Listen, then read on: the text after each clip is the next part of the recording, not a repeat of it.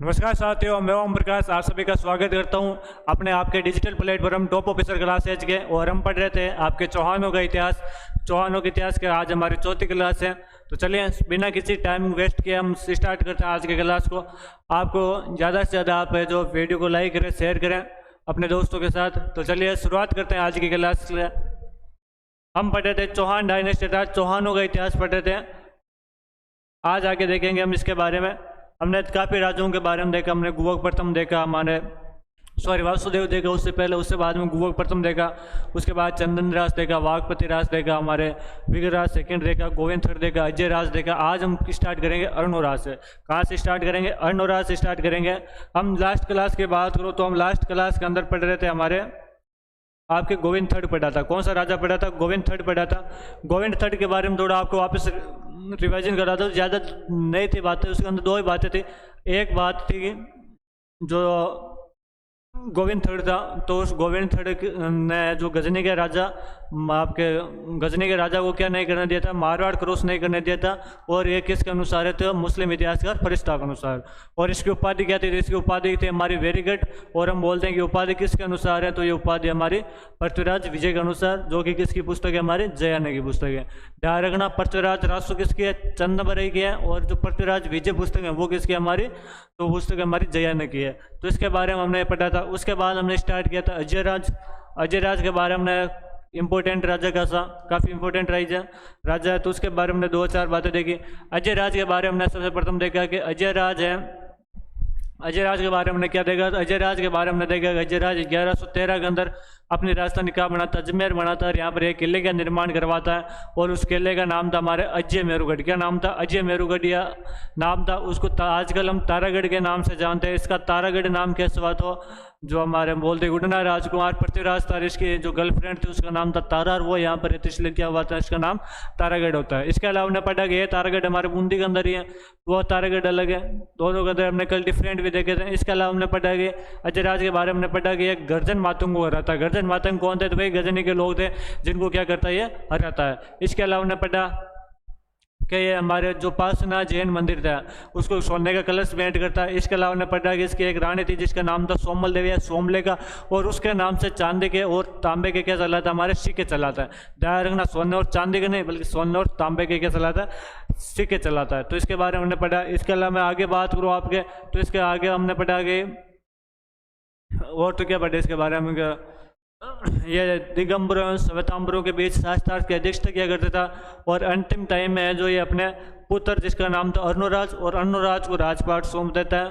अर्णोराज को वहाँ का राजा बना देता है। और ये खुद क्या बन जाता? हमारा सन्यासी बन जाता है। तो इसके बारे में इतना है जो हमने कल क्लास के अंदर पढ़ा था। और ज़्यादा टाइम भी नहीं लगा, शायद 2 मिनट के अंदर हमने कल वाला वापस रिवीजन भी कर लिया। तो आप ये जो मैं आशा करता हूँ कि आप ये जो वापस ऊपर के ऊपर रिवीजन करते होंगे। तो चलिए शुरुआत करते हैं आज की क्लास से। और आज की क्लास के अंदर हमारा जो राजा है वो हमारा कौन सा राजा होगा? अर्णोराज होगा। कौन सा होगा? हमारा अर्णोराज होगा। अर्णोराज के बारे में पढ़ते हैं ना। अर्णोराज के बारे में क्या क्या देखते हैं? तो अर्णोराज के बारे में आते हैं।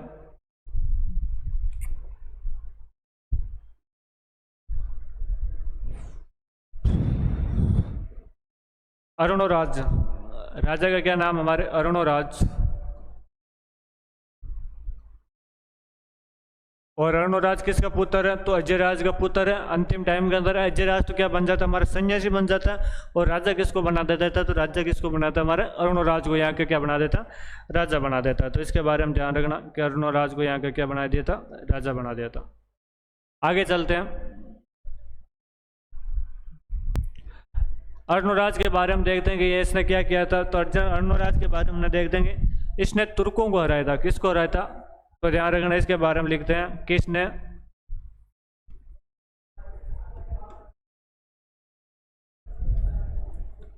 इसने तुर्कों को हराया।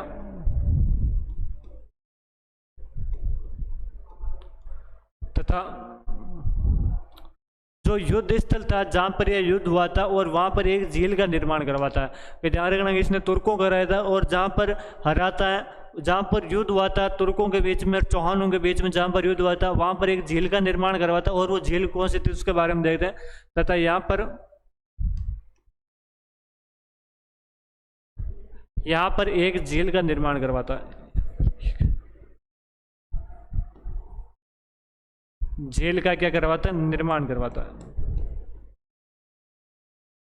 और झील का निर्माण अरुणोराज से मिलता जुलता है झील का नाम। और झील का नाम पढ़ते हैं तो झील का नाम था हमारा आना सागर। क्या नाम था,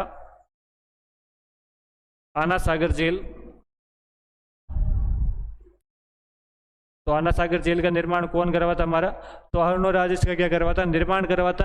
और जहाँ पर तुर्कों पर और इन चौहानों के बीच में जहाँ पर युद्ध हुआ था, उस युद्ध स्थल पर क्या करवाता है, आना सागर झील का क्या करवाता, निर्माण करवाता। आना सागर झील हमारी कहाँ पर है, तो ये हमारी अजमेर में। कहाँ पर है, अजमेर के अंदर है।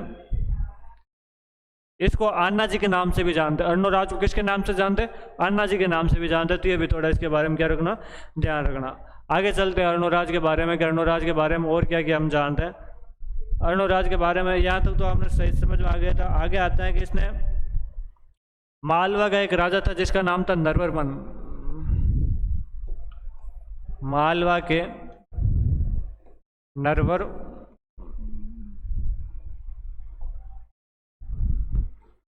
नरवर्मन को हराता है। किसको हराता है, मालवा के नरवर्मन को हराता है।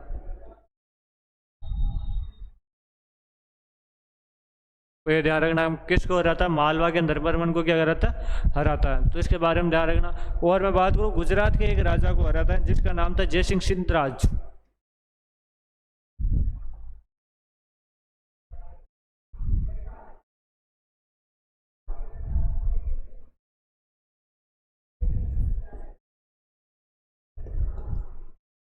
गुजरात के जयसिंह सिद्धराज को हराता है।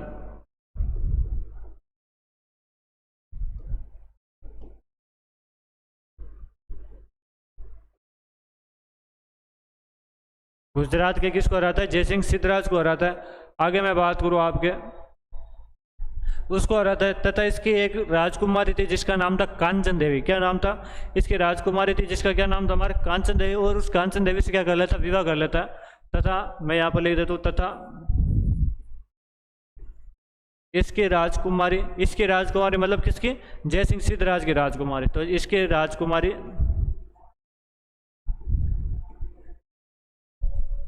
कांचन देवी से, किससे, उसका क्या नाम था, हमारे कांचन देवी था।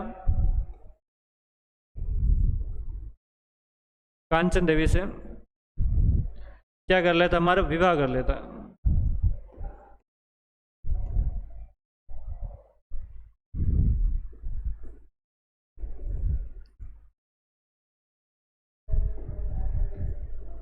इससे क्या कर लेता है, विवाह कर लेता है। और मैं बात करूं एक इसके बाद में एक बंदा था गुजरात का, और उस गुजरात वाले बंदे का क्या नाम था, तो उस गुजरात के बंदे का नाम था कुमारपाल।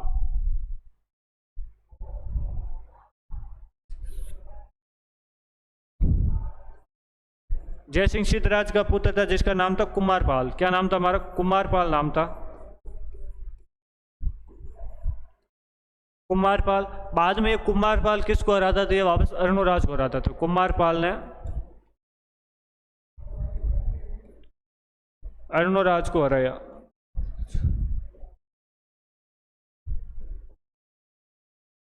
तो ये कुमारपाल किसको हराता हमारे, तो ये कुमारपाल है जो किसको हराता, अरुणोराज को हराता। तो इसके बारे में ध्यान रखना। और ये कुमारपाल हमारे था कहाँ का, तो ये था हमारे गुजरात का। कहाँ का था, गुजरात का था। जयसिंह सिद्धराज का पुत्र था।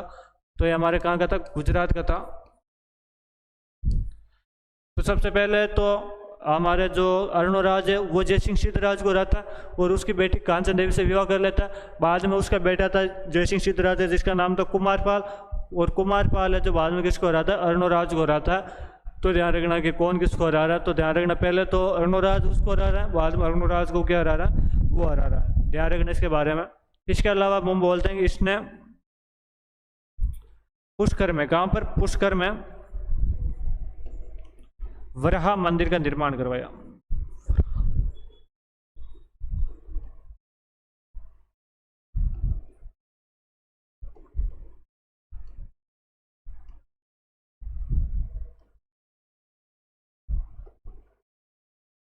वरा मंदिर के बारे में देखते हैं। वरा मंदिर हमारे पुष्कर अजमेर जिले के अंदर आता है। हिंदू का सबसे बड़ा तीर्थ स्थल है।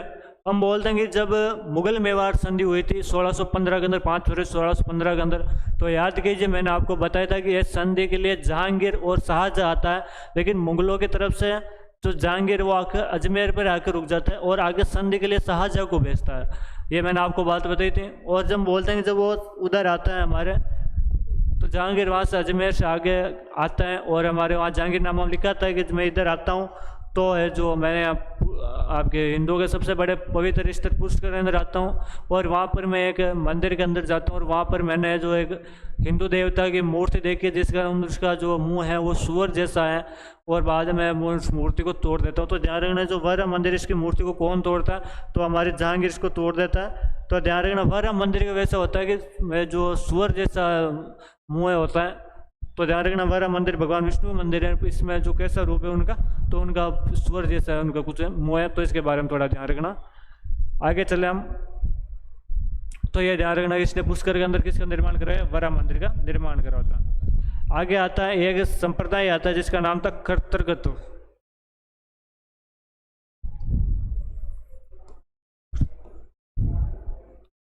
खरतरगत और एक खरतरगत हमारे जैन होते हैं। कैसे होते हैं भाई, हमारे जैन होते हैं। तो खरतरगत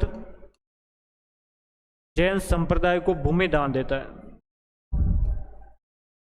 संप्रदाय को क्या देता है, भूमि दान देता है। तो ध्यान रखना कि खरतरगत जो हमारे जैन संप्रदाय होता है उसको क्या देता है, हमारा भूमि दान देता है। तो इसके बारे में थोड़ा ध्यान रखना कि कौन किसको भूमि दे रहा है। तो अर्णोराज किसको देता है, हमारा खरतरगत जैन संप्रदाय को भूमि दान देता है। आगे मैं बात करूं तो इसका बेटा था जिसका नाम था जगदेव।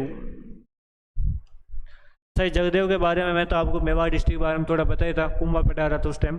तो जगदेव ने इसकी हत्या कर दी।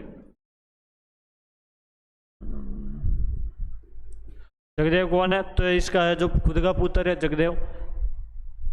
तो है जो राजा, उस टाइम कुछ भी हो सकता था कि राजा बनने के लिए एक बेटा अपने बाप को मार दिया करता। जैसे हम बोलते कि मेवाड़ डिस्ट्रिक्ट के अंदर कुंभा उदा को मारता, सॉरी उदा कुंभा को मारता। और यहाँ पर कौन मारता था, यहाँ पर जगदेव किसको मारता, अर्णोराज को मारता, अपने पिता अर्णोराज की क्या कर देता, हत्या कर देता। तो इसके बारे में थोड़ा देख लेना, देख लेते कोई लाइन छुट्टी तो नहीं है हमारी।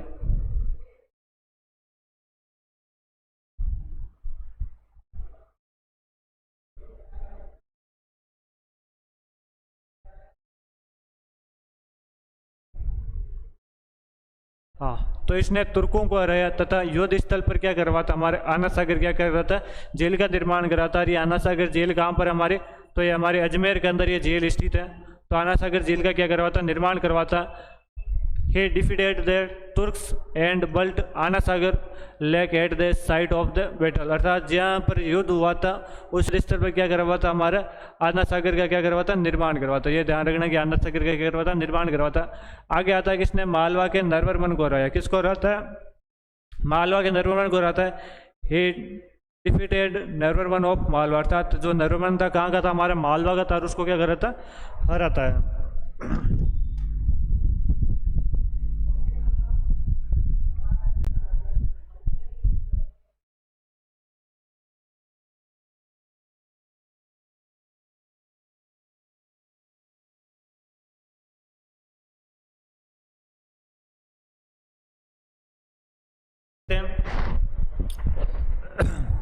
आगे हमारे क्या था, तो इसने गुजरात के जय सिंह सिद्धराज को हराया। किसको हराया, किसने जो गुजरात के किसको राजा को हराया था, जिसका नाम था जय सिंह सिद्धराज। क्या नाम था हमारा, जय सिंह सिद्धराज था, इसको हराता है।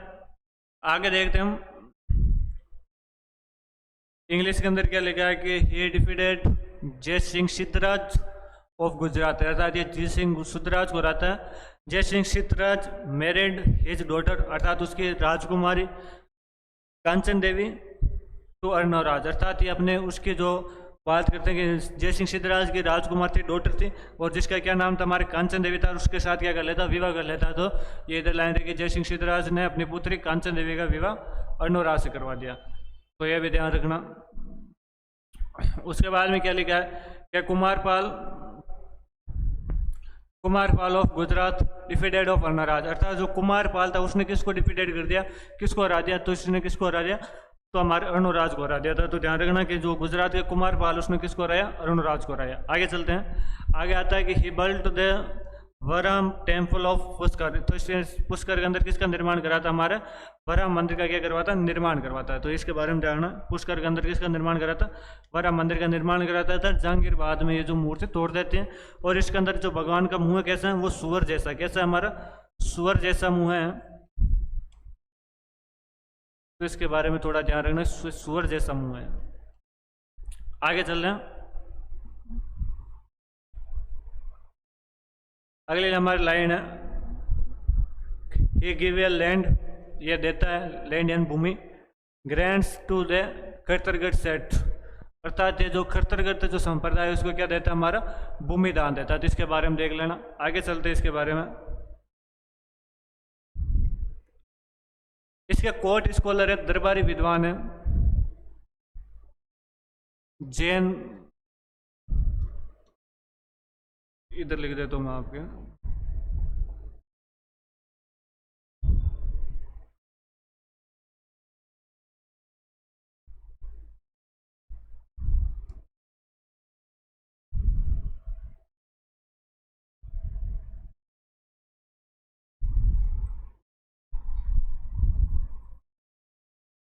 कुछ जैन विद्वान इसके दरबार में रहते थे, उनका क्या नाम था, तो उनके बारे में देख लेते हैं। इसके अंदर एक का नाम था हमारे देवबोध, और एक का नाम था हमारे धर्मघोष। क्या नाम था, हमारे धर्मघोष नाम था। तो इसके बारे में देख लेना। एक का क्या नाम था, हमारे देवबोध था, दूसरे क्या नाम था, हमारे धर्मघोष था। तो जैन स्कॉलर देवबोध और कौन था, हमारे धर्मघोष, इसके दो दरबारी विद्वान थे। आगे आता है कि अर्णोराज वास द मर्डर, अर्णोराज की हत्या हेज सन जगदेव, इसकी हत्या किसके द्वारा कर दी, इसके पुत्र जगदेव द्वारा इसकी क्या कर दी गई, हत्या कर दी गई। राजा बनने की जल्दी थी जगदेव को, और वो किसकी हत्या कर देता, अपने पुत्र सॉरी अपने बेटे सॉरी अपने पिता अर्णोराज की कर देता, हत्या कर देता। अर्णोराज हटने का नाम ले नहीं देते। अजयराज भला था, जो इस अंतिम टाइम में जो किसको राजा बना देता, तो उसको राजा बना देता। इससे पहले मैं आपको थोड़ी बात समझूं, मैं बात करूं हमारे अर्णोराज की। किसकी बात करते हैं, अर्णोराज की बात करते हैं।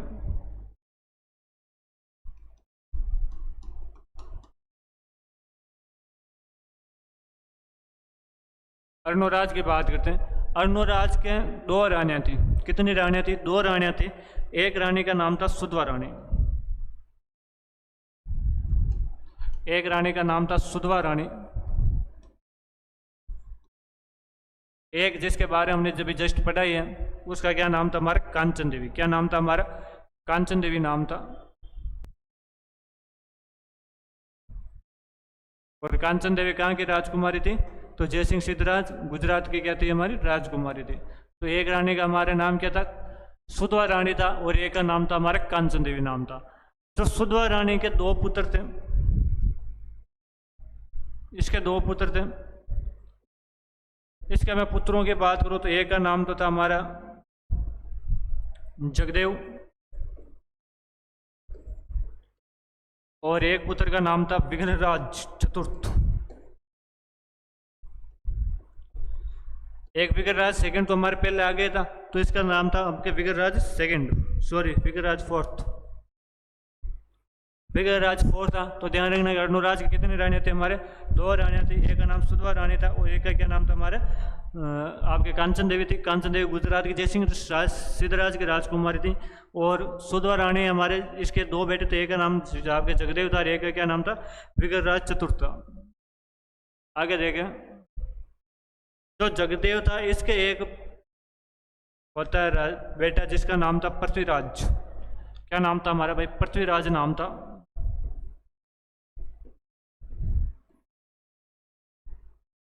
पृथ्वीराज सेकंड नाम था।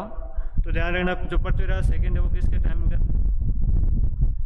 कौन था हमारे, तो इस जगदेव का बेटा था। मैं वही बात करूं विघ्नराज चतुर्थ की, तो विघ्नराज चतुर्थ के दो बेटे थे। कितने बेटे थे, दो बेटे थे। एक का नाम था अपर गांगे। क्या नाम था हमारे, अपर गांगे। और एक बेटे का नाम था हमारे नागार्जुन। क्या नाम था हमारे, नागार्जुन था। तो एक बेटे का अप्पर गांगी था, एक का क्या था हमारे नागार्जुन था, इसके बारे में ध्यान रखना। और मैं आगे बात करूं, आपके कांचन देवी की बात करते हैं। किसकी बात करते हैं? कांचन देवी की बात करते हैं। तो कांचन देवी के एक पुत्र था जिसका नाम था सोमेश्वर।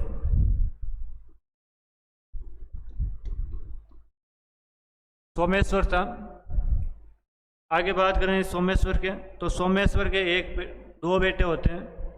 एक का नाम था हमारे Prithviraj second, sorry Prithviraj third.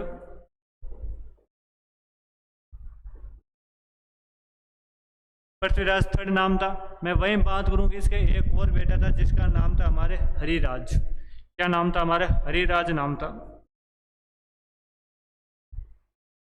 और मैं आगे बात करूं कि इसके एक बेटा था जिसका नाम था हमारे गोविंदराज।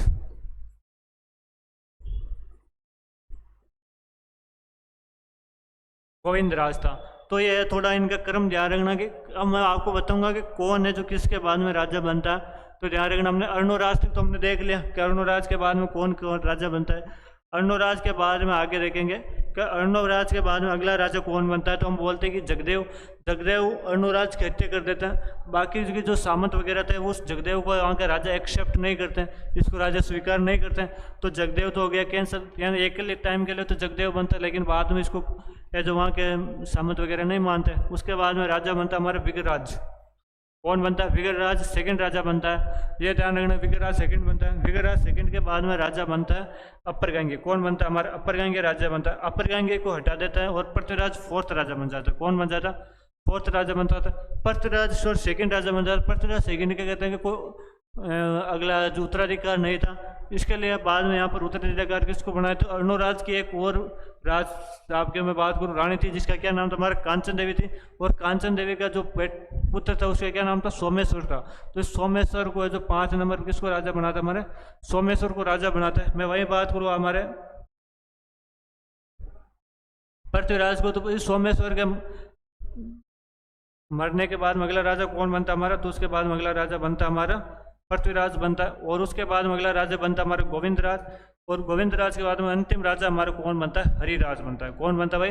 हरिराज बनता है। तो ये थोड़ा क्रम है जो इसके बारे में थोड़ा याद रखना, आपके माइंड के अंदर है कि कौन किसके बाद में राजा बनता है। वैसे कोई पूछता नहीं है, लेकिन मैं थोड़ा आपके जो ज्ञान के लिए बता देता हूँ कि अर्णोराज के 2 राजकुमारियाँ, 102 रानियाँ, एक का नाम सुधा रानी, एक का नाम कांचन देवी। सुधा रानी के 2 पुत्र, एक का नाम जगदेव, एक का नाम विग्रराज फोर्थ के 2 बेटे, एक अपर गांगी और एक नागार्जुन। और मैं बात करूँगी जो हमारे जगदेव था उसका था पृथ्वीराज सेकंड। मैं वहीं बात करूँ कांचन देवी तो उसके सोमेश्वर था। सोमेश्वर से पृथ्वीराज और जगदेव आए। और पृथ्वीराज थर्ड से कौन आता हमारा? तो गोविंदराज आता है। सबसे लास्ट में जो राजा बनता है कौन बनता? हमारा हरिराज बनता। कौन बनता? हरिराज बनता। तो इसके बारे में थोड़ा ध्यान रखना। तो इनका जो क्रम है मैंने लिख दिया। फर्स्ट सबसे पहले जगदेव, जगदेव बाद में विग्रराज, बाद में अपर गांगी, बाद में पृथ्वीराज सेकंड, सोमेश्वर, पृथ्वीराज थर्ड, हमारे गोविंदराज। उसके बाद में कौन बनता? हरिराज बनता। तो इसका क्या था? क्रम था। इसके बारे में ध्यान रखोगे। चलते हैं आगे।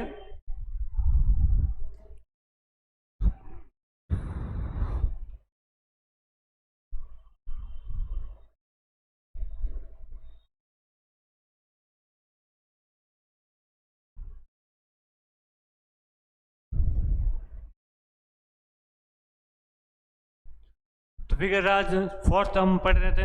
जगदेव को वहाँ की जनता वगैरह स्वीकार नहीं करती। तो अगला राजा कौन बनता हमारा? तो अगला राजा कौन बनता? विग्रराज बनता है। इसका टाइम फ्रेम इंपॉर्टेंट है। इसका टाइम पीरियड सभी राज्यों में से इंपॉर्टेंट है।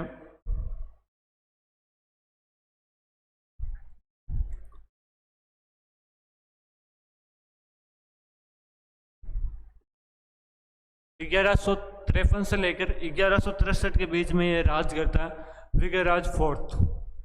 पढ़ते हैं विग्रराज फोर्थ के बारे में क्या है। तो विग्रराज फोर्थ के बारे में पढ़ते हैं। तो विग्रराज फोर्थ के बारे में सबसे पहले पढ़ते हैं कि एक हमारे इतिहासकार था और इतिहासकार का नाम था डॉक्टर दशरथ शर्मा। क्या नाम था हमारे? डॉक्टर दशरथ शर्मा। और ये डॉक्टर दशरथ शर्मा कहते हैं कि चौहानों में सबसे golden time period of Chauhan dynasty, Chauhan राजवंश में से सबसे अच्छा किसी का टाइम रहा।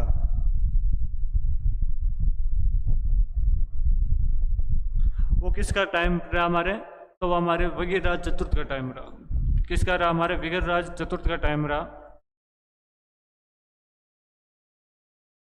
इस बंदे का एक ही काम था, ये जो टाइम बताया करता था कि कौन किसका गोल्डन टाइम पीरियड है। मेवाड़ हिस्ट्री पढ़े तो उस टाइम ये बताता है कि जो उसका क्या नाम था, जयद्रथ सिंह का टाइम पीरियड स्वर्ण काल बताता है, ये बताता। तो ये क्या बताता आपके, तो इसका क्या बताता, ये बताता है विग्रहराज, इसका क्या बताता, स्वर्ण काल बताता है। यहाँ पर स्वर्ण काल तो हमने लिखा ही नहीं।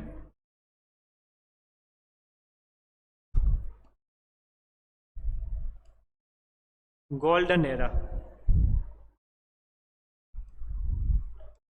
गोल्डन एरा कौन बताता, तो ये बताता हमारा। आगे बात करें तो ये जो गजनी से बार बार आक्रमण हो रहे थे, गोविंद राज थर्ड के समय हुआ, अजय राज के समय हुआ, अरुण राज के समय हुआ। तीन तो हमने पढ़े लिए। गोविंद राज ने तो उनको मारवाड़ी क्रॉस नहीं करने दिया था, अजय राज उनको हराई देता है, गर्जन मातों को हराता, हमने पढ़ा था। इसके अलावा हमने पढ़ा कि जो हमारे अरुणोराज हैं वो युद्ध स्थल पर तुर्कों के बीच में जो युद्ध होता है, और युद्ध स्थल पर आना सागर झील का भी निर्माण करवाता है। और वो यहाँ पर भी इसके टाइम भी है जो गजनी के लोग आक्रमण करते हैं, तो हम बोलते हैं कि इसने गजनी के राजा जिसका नाम था खुसरो शाह, गजनी के राजा जिसका क्या नाम था हमारा, खुसरो शाह था। और खुसरो शाह को यहाँ पर क्या कराता है, आपके हम बोलते हैं कि इस खुसरो शाह को यहाँ पर हराता है, या मैं बोलता हूँ इसको अटक नदी के पार डालता था। किसको डालता, अटक नदी के पार डालता था। तो यहाँ पर लिख देते हैं गजनी के राजा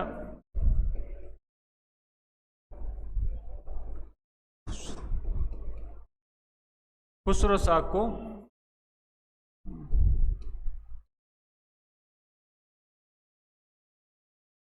पहले ऐसे कहा जाता कि हमारे जो भारत की जो सीमा है वो अटक से कटक तक थी। कहाँ से थी, अटक से कटक तक थी।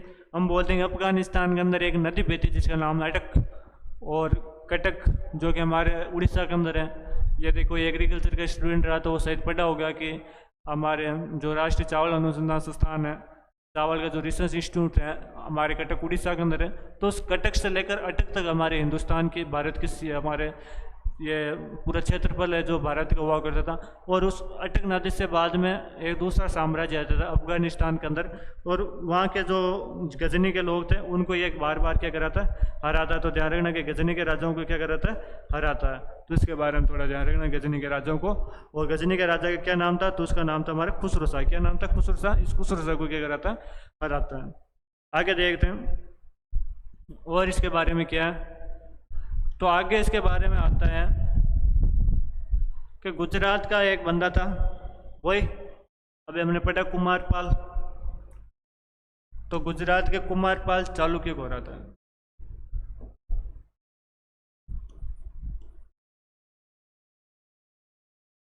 गुजरात के कुमारपाल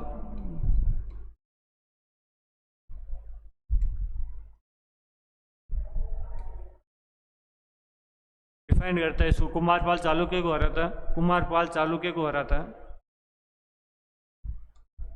और हम ये भी पढ़ते हैं कि इसने दिल्ली पर भी विजय प्राप्त कर ली थी। किस पर,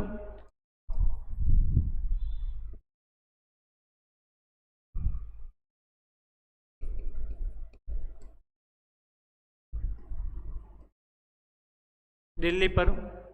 उस टाइम दिल्ली का नाम, हमारे दिल्ली का एशियंट नेम पढ़ते हैं तो दिल्ली का प्राचीन नाम आता है हमारे सामने दिल्ली का।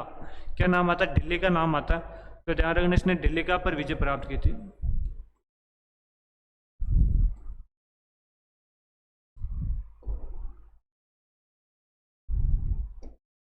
तो इसने दिल्ली अर्थात दिल्ली का पर विजय प्राप्त की।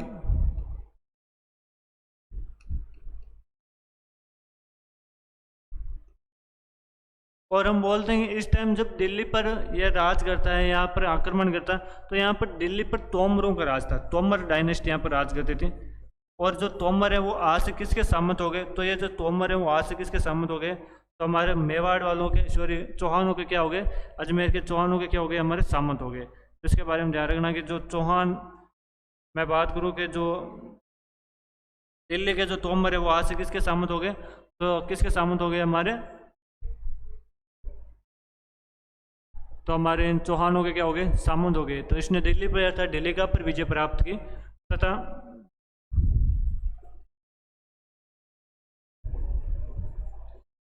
दिल्ली के तोमर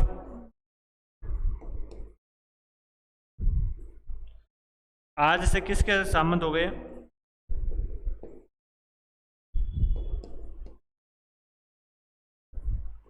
चौहानों के क्या हो गए? हमारे सामंत हो गए।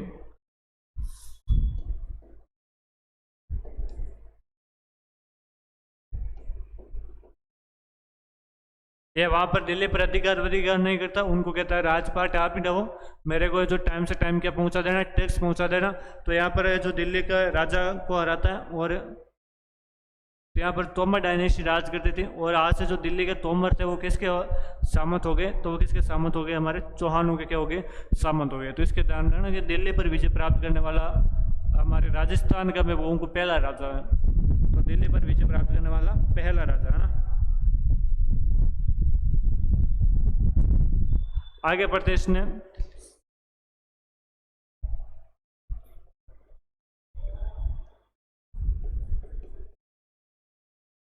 इसने दिल्ली,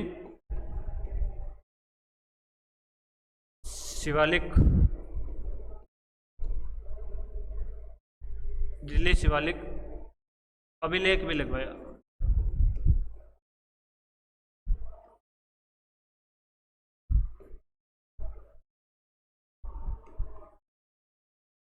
दिल्ली शिवालिक अभिलेख भी लगवाता है। आगे हम बढ़ते हैं कि कहाँ पर है, क्या लगवाया।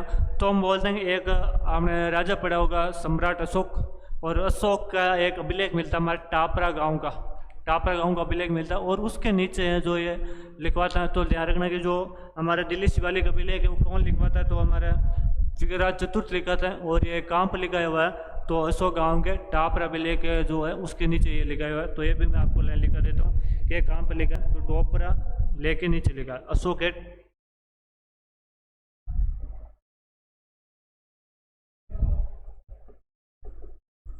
अशोक कौन? तो ये हमारा सम्राट अशोक है ना। अशोक के टापरा अभिलेख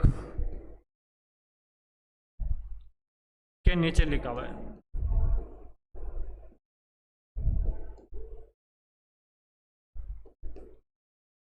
टापरा अभिलेख कहते हैं जो अभिलेख लगाया था वो एक पिल्लर पर अभिलेख है। जो टापरा गांव का अभिलेख है वो कहाँ पर? एक पिल्लर अभिलेख लिखा हुआ है। और इस पिल्लर के नीचे कुछ जगह खाली थी और वहाँ पर जो बाद में अपने बारे में लिखा देता है तो वो कौन है? हमारा विग्रहराज चतुर्थ है, जो इसके बारे में क्या करता है? लिखा देता है ना।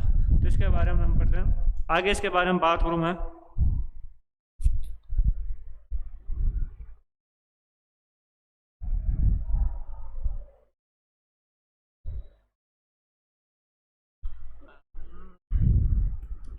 तो आगे आता है कि इसने यहाँ पर अजमेर के अंदर एक पाठशाला खोली थी।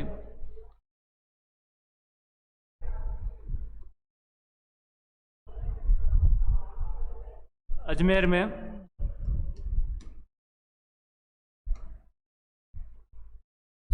सरस्वती कंठभरण नामक पाठशाला की स्थापना करता है।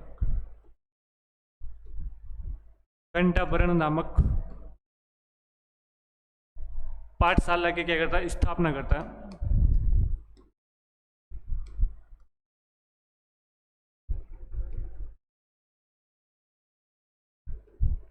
सरस्वती कंठाभरण नामक की पाठशाला क्या करता है? स्थापना करता है। तो इसके बारे में ध्यान रखना कि जो अजमेर के अंदर सरस्वती कंठाभरण जो पाठशाला है उसकी क्या करता है? आपके स्थापना करवाता है। आगे मैं आपके बात करूं तो कहते हैं इस पाठशाला पर हमारे कुतुबुद्दीन ऐबक अटैक करता है। काम करता है? कुतुबुद्दीन ऐबक अटैक करता है। और इस पाठशाला को बाद में एक मस्जिद के अंदर बना दिया था और उस पर स्थित गोया हम आज डायरीन के झोंपड़े के नाम से जानते हैं। तो बाद में यहाँ पर मैं लिखा देता हूँ कुतुबुद्दीन ऐबक।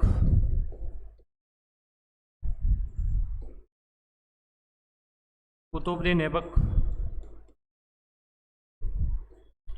कालांतर में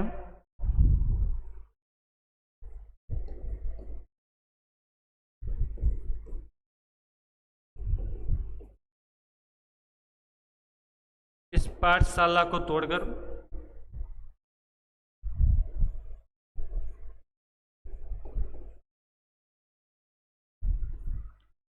एक मस्जिद बना देता है।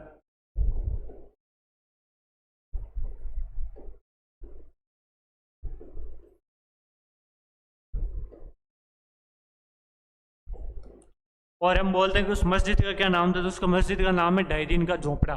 क्या नाम उस मस्जिद का? ढाई दिन का झोंपड़ा उसका नाम है। हम बोलते हैं इसको ढाई दिन का झोंपड़ा क्यों बोलते हैं, तो हम बोलते हैं कि इस मस्जिद के पास में एक दरगाह है, उस दरगाह का नाम है पीर पंजाब शाह की दरगाह, और उस पीर पंजाब शाह की दरगाह पर ढाई दिन का उर्स लगता है, इसलिए उसको क्या बोलते हैं, ढाई दिन का क्या बोलते हैं, झोंपड़ा बोलते हैं। तो इसके बारे में ध्यान रखना कि जो इस मस्जिद है उस मस्जिद को किस नाम से जानते हैं, पहले वो लिख लेते हैं कि इस मस्जिद को किस नाम से जानते हैं। तो इस मस्जिद को नाम से जानते हैं अढ़ाई दिन का झोंपड़ा।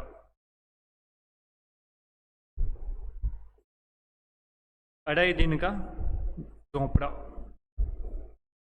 अढ़ाई दिन का झोंपड़ा के नाम से जानते हैं। और मैं आगे बात करूं तो इसके साथ में या इसके पास में किसका उर्स लगता है, तो पीर पंजाब शाह का उर्स लगता है। किसका लगता है? पीर पंजाब शाह का उर्स लगता है। और कितने दिन का लगता है, तो ढाई दिन का लगता है। कितने दिन का लगता है? ढाई दिन का लगता है, इसलिए इसको क्या बोलते हैं, ढाई दिन का झोंपड़ा बोलते हैं। तो यहाँ पर मैं लिख देता हूँ नीचे, इसी मस्जिद के पास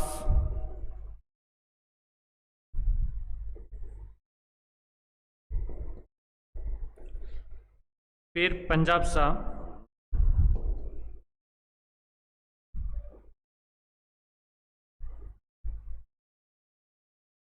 का पीर पंजाब शाह का ढाई दिन का उर्स लगता है। कितने दिन का? ढाई दिन का क्या लगता है, हमारा उर्स लगता है।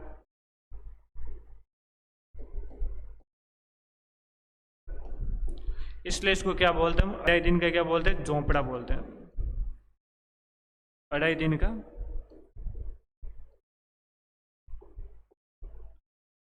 झोंपड़ा। तो ध्यान रखना कि यह अढ़ाई दिन का झोंपड़ा किस है। तो यहाँ पर कुतुबुद्दीन ऐबक कालांतर में यहाँ पर मैं बात करूँ कि पाठशाला होता है, उस पाठशाला तोड़तार यहाँ पर किसका निर्माण कराता था, हमारे मस्जिद का निर्माण कराता था। और इसको हम किसके नाम से जानते हैं, अढ़ाई दिन का झोंपड़ा के नाम से जानते हैं। मैं वही बात करूँ हमारे कि इस मस्जिद के पास में किसकी दरगाह है, तो हमारे पीर पंजाब शाह की क्या है, दरगाह है। और इस दरगाह के पास में कितने दिन का, ढाई दिन का उर्स लगता है। और उर्स किसका लगता है, हमारे पीर पंजाब शाह का लगता है। इसलिए इसको क्या बोलते हैं, अढ़ाई दिन का क्या बोलते हैं, झोंपड़ा बोलते हैं। तो इसके बारे में थोड़ा ध्यान रखना। आगे चलते हैं इसके बारे में। इसका एक हमने अर्णोराज का पढ़ा था, इससे पहले अर्णोराज पढ़ा था। अर्णोराज के दो दरबारी विद्वान पढ़े थे मैंने, जैन विद्वान, एक का नाम देवबोध और धर्मघोष था। और उस धर्मघोष के कहने पर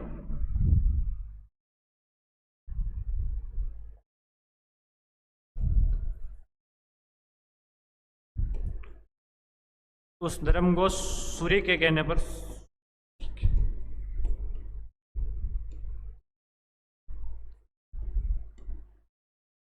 11 के दिन, या 11 को मैं बोलूँ तो एकादशी के दिन यहाँ पर क्या लगाता था, तो ये गो हत्या पर या मैं बोलूँ पशु हत्या पर क्या लगा देता, रोक लगाता है। धर्मघोष सूर्य के कहने पर एकादशी के दिन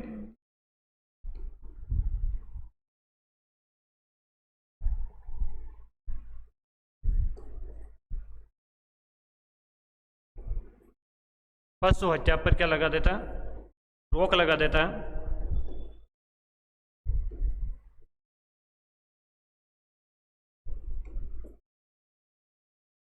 तो ये ध्यान रखना कि धर्मघोष सूर्य के कहने पर किस पर रोक लगा देता है, पशु हत्या पर क्या लगा देता है, रोक लगा देता है। आगे हम बात करें, स्लाइड से एक बात देख ले तो कोई बात छुट्टी तो नहीं है हमारी।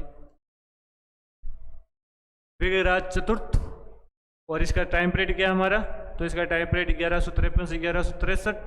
और इतिहास का दस शर्मा के अनुसार इसका टाइम पीरियड क्या है, शासनकाल चौहानों का क्या स्वर्ण काल है। According to historian Das Sharma, his reign was the golden period of the Chauhan of Ajmer. चौहानों का क्या है, जो गोल्डन टाइम पीरियड है वो किसका टाइम पीरियड बताया, हमारे विग्रहराज चतुर्थ का टाइम पीरियड है। और ये किसका सीधा सीधा क्यों सुनाएगा कि आपके डॉक्टर दशरथ शर्मा के अनुसार चौहानों का स्वर्ण काल किसे बताया गया। चार ऑप्शन दे देगा कोई इतिहास वगैरह होंगे, उसमें एक ऑप्शन डॉक्टर दशरथ शर्मा होगा जो आपका राइट आंसर होगा।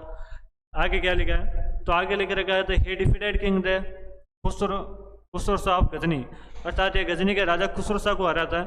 आगे लिख रखा है he defeated of Kumarpal Chalukya of Gujarat, ये कुमारपाल चालुक्य को क्या करता है, डिफाइंड करता है, हराता है। आगे बात करें, तो आगे आता है हमारा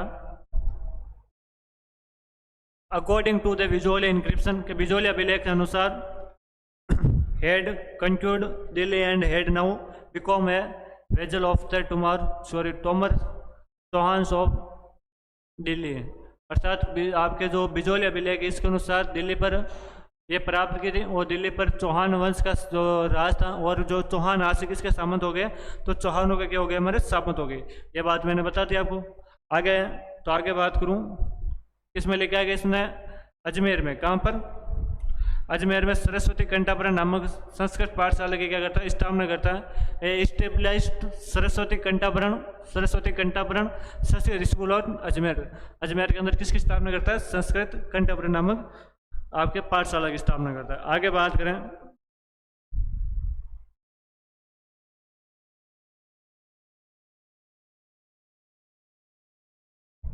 तो है कि कालांतर में कुतुबुद्दीन ऐबक इस पाठशाला को तोड़ देता है और यहाँ पर मस्जिद क्या बना देता है मस्जिद बना देता है। और यहाँ आगे आता है later Qutbuddin Aibak demolished this school and converted into a mosques. Mosques से क्या होता है हमारा दरगाह। क्या होती है दरगाह सॉरी दरगाह नहीं होती मॉस्क्यूशन क्या होते हैं हमारे तो मॉस्क्यूशन होती है हमारी मस्जिद। क्या होती है मस्जिद होती है। तो यहाँ पर क्या करवा देता है एक मस्जिद का निर्माण करवा देता है। तो क्या करवाता है मस्जिद का निर्माण करता है और जिसको हम किसके नाम से जानते हैं 2.5 दिन के झोंपड़े के नाम से जानते हैं 2.5 दिन का झोंपड़े के नाम से जानते हैं। 2.5 डे ऑफ हंट तो हाफ डे यानी 2 और हाफ डे आधा तो 2.5 दिन के झोंपड़े के नाम से जानते हैं। और मैं बात करूं कि किसकी है तो ये पीर पंजाब शाह की यहाँ पर पास में किसका उर्स लगता है तो पीर पंजाब शाह का। किसका पीर पंजाब शाह का। पीर पंजाब शाह का क्या लगता है हमारा उर्स लगता है। और ये उर्स हमारे कितने दिन का लगता है तो ये हमारे लगता है 2.5 दिन का। कितने 2.5 दिन का लगता है 2.5 दिन का क्या लगता है हमारा उर्स लगता है। तो इसके बारे में देख लेना 2.5 दिन का उर्स लगता है। और ये यहाँ पर किसकी है तो पीर पंजाब शाह की क्या है दरगाह है ना। आगे चलें आपको मैं कुछ डायग्राम दिखा रहा हूँ। ये देख सहित पहचान गए हो कि कौन सा किला है। थोड़ा चित्र को बड़ा कर देता हूँ।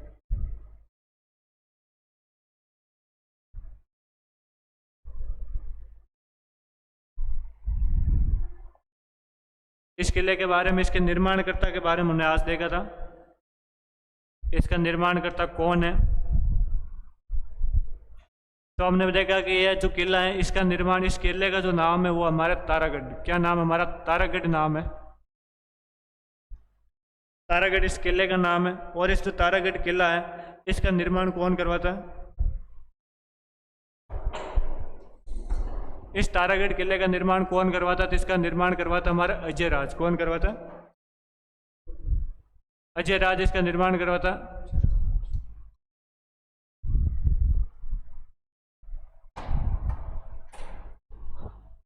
और ये कहाँ पर है तो ये हमारे अजमेर में। कहाँ पर है अजमेर में। इसके अलावा हमने यह भी बताया था कि इसका अजमेर के अंदर इसका नाम तारागढ़ कैसे हुआ तो इसका नाम हुआ कि जो उड़ना राजकुमार पृथ्वीराज था उसकी गर्लफ्रेंड थी जिसका क्या नाम था तारा था। और उस तारा यहाँ पर रहती थी इसलिए इसका क्या नाम हो गया हमारा तारागढ़ हो गया।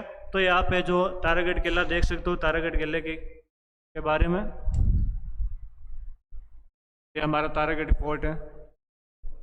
कहाँ पर स्थित है तो ये हमारे अजमेर के अंदर स्थित है। बहुत ही शानदार भव्य एकदम किला है। आगे हम मारवाड़ पढ़ेंगे। मारवाड़ के अंदर एक राजा का मालदेव और मालदेव की राजकुमारी थी जिसका नाम था उमादेव तो उसको रूठी रानी के नाम से जानते हैं। कहते हैं वो रूठी रानी इस किले के अंदर काफ़ी टाइम के लिए रुकी थी। तो ध्यान रखना कि जो रूठी रानी भी यहाँ पर रुकती है और तारा भी यहाँ पर रुकती है।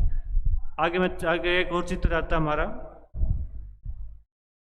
ये शायद आप में से कोई लोग यहाँ पर गए होंगे घूमने के लिए।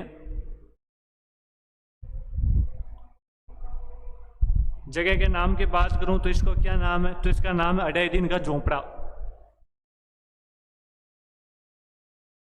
2.5 दिन का झोंपड़ा।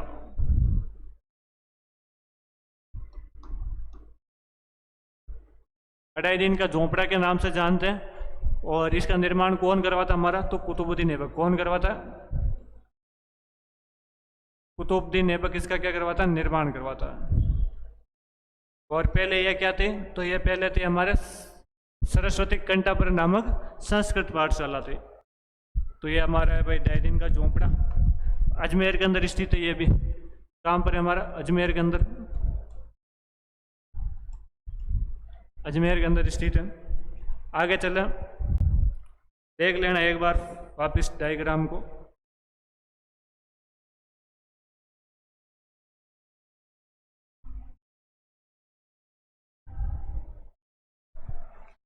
ये पुष्कर के अंदर बना हुआ मंदिर है। ये पुष्कर में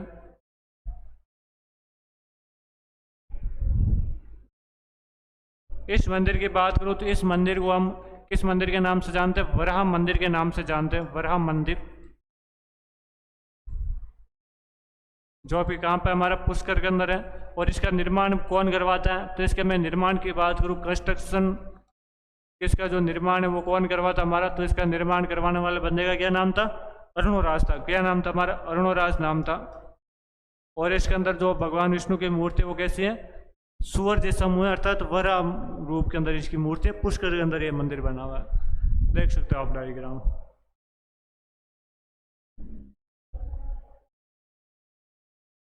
ये एक और फोटो है, ये वही अलाउद्दीन का झोंपड़ा है। ये थोड़ी ऊपर से लगता है ड्रोन व्रोन से ली हुई फोटो है, देख सकते हो। ये आपका जो ये यहाँ से लेके ये जो परकोटा दिख रहा है,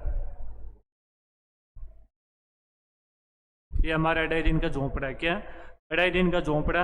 और इसका निर्माण देख सकते हो आप किस प्रकार बना हुआ है।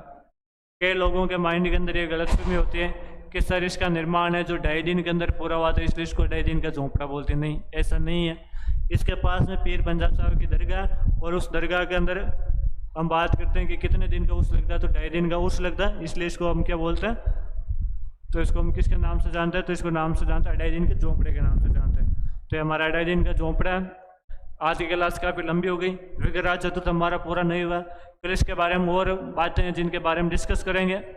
इसके कल्चरल अचीवमेंट्स के बारे में देखेंगे, इसने कौन से निर्माण कार्य करवाए उसके बारे में देखेंगे। आज की क्लास को यहीं ख़त्म करते हैं। वीडियो यदि आपको अच्छा लगा तो वीडियो को ज़्यादा से ज़्यादा लाइक करें और वीडियो को शेयर करें। जाते जाते एक शायरी बोल देता हूँ आपके कि मलाल है मगर इतना मलाल थोड़ी है, मलाल है मगर इतना मलाल थोड़ी के, ये आँख रोने की सिद्ध से लाल थोड़ी के। मज़ा तो तब है मेरे दोस्त जब हार के भी हंसा जाए, हर बार जीतना कमाल थोड़ी है। चलते हैं नेक्स्ट क्लास में मिलते हैं, तब तक के लिए जय हिंद, वंदे मातरम।